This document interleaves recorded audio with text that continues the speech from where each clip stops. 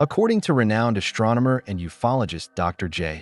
Allen Hynek, one of the most vivid and well-documented close encounters of the third kind did not occur in America or Europe, but in a small Anglican mission village called Boyanai in Papua New Guinea, then in Australian territory. To this day, the incident remains a baffling mystery, difficult to explain through conventional science. The Anglican Church of Australia was heavily involved in missionary work across the Pacific Islands during the mid-20th century.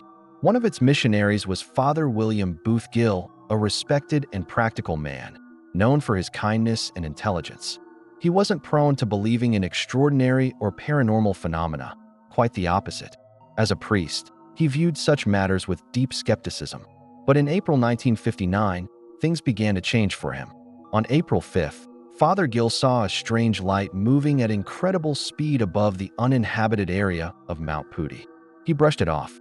A month later, his assistant Stephen Moi claimed to see a saucer-shaped object in the sky. Gill laughed it off again, suggesting it was an electrical or atmospheric anomaly. Unknowingly, these sightings sharpened his awareness. Just weeks later, Gill would witness one of the most remarkable and credible UFO sightings ever recorded, supported by dozens of witnesses. On the evening of June 26, 1959, at approximately 6:45 p.m., Father Gill spotted a large, bright white object hovering in the sky to the northwest. The sighting quickly drew attention, and by the end of the evening, nearly 40 people, including Stephen Moi, Ananias Rarada, and Mrs. Nessel Moi, had gathered to observe it. Under oath, they later testified that the object was about the size of 5 full moons and had 4 protruding legs or landing struts. What amazed the witnesses most was the sight of 4 humanoid figures moving purposefully on the top of the craft. One figure seemed to enter and exit the ship repeatedly.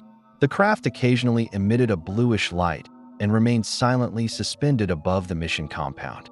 People observed the scene for 45 minutes until the glowing object slowly rose and vanished into the night sky.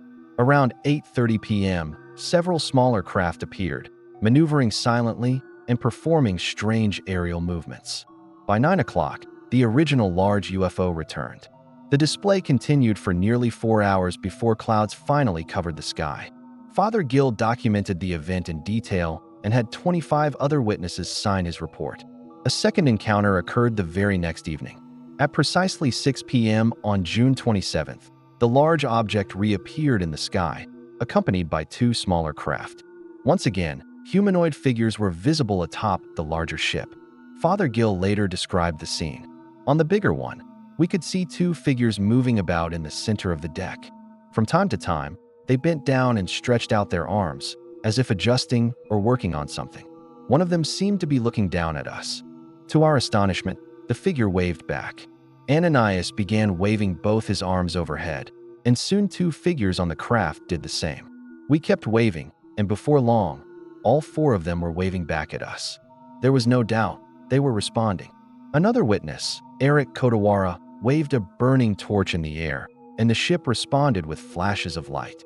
Father Gill went home for a quick meal, and when he returned, the UFO was still there, though it had moved slightly farther away. Later that night, at 7:45 after evening prayers, Gill stepped outside again, but the sky was now overcast and the objects had vanished. However, on June 28th, the strange lights returned. This time, 8 objects appeared in the sky. At 11:20 p.m., Gill heard a loud thud on the roof. He stepped outside and saw 4 UFOs circling high above the mission house. The next morning, he and others inspected the roof for damage, but found nothing. Over time, various theories were proposed to explain the incident, most of them unconvincing. UFO skeptic Dr. Donald Menzel argued that Father Gill was nearsighted and probably wasn't wearing glasses, leading him to mistake the bright planet Venus for something else. But this theory was debunked. Gill wore glasses during all the sightings, which was confirmed by witnesses. Moreover, he knew where Venus should appear in the sky and even pointed it out, clearly separate from the hovering object. Menzel also suggested that the native Papuans revered Father Gill and would have supported any story he told. But many of the 38 to 40 witnesses were not easily swayed locals. Some were assistants or students with no reason to lie. Critics mocked Gill for going to dinner in the middle of such an event. but he simply replied, "I assumed it was an American or Australian aircraft. I thought when it landed, we'd see ordinary people get out." Soon after the events, Father Gill returned to Australia and shared his report with investigators. Researchers from both official and civilian groups interviewed him and examined his signed witness list. All came away impressed. He was described as intelligent, articulate, and sincere. The Victorian Flying Saucer Research Society later wrote, "Gill's report is one of the most significant pieces of evidence of UFO activity ever recorded by civilian witnesses."